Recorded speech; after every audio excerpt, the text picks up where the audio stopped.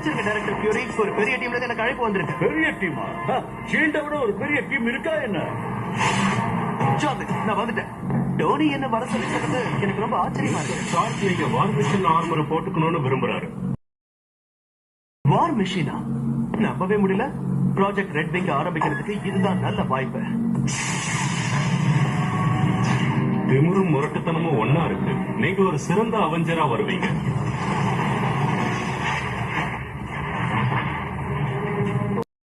உன்னையும் கூப்பிட்டுருக்காரா?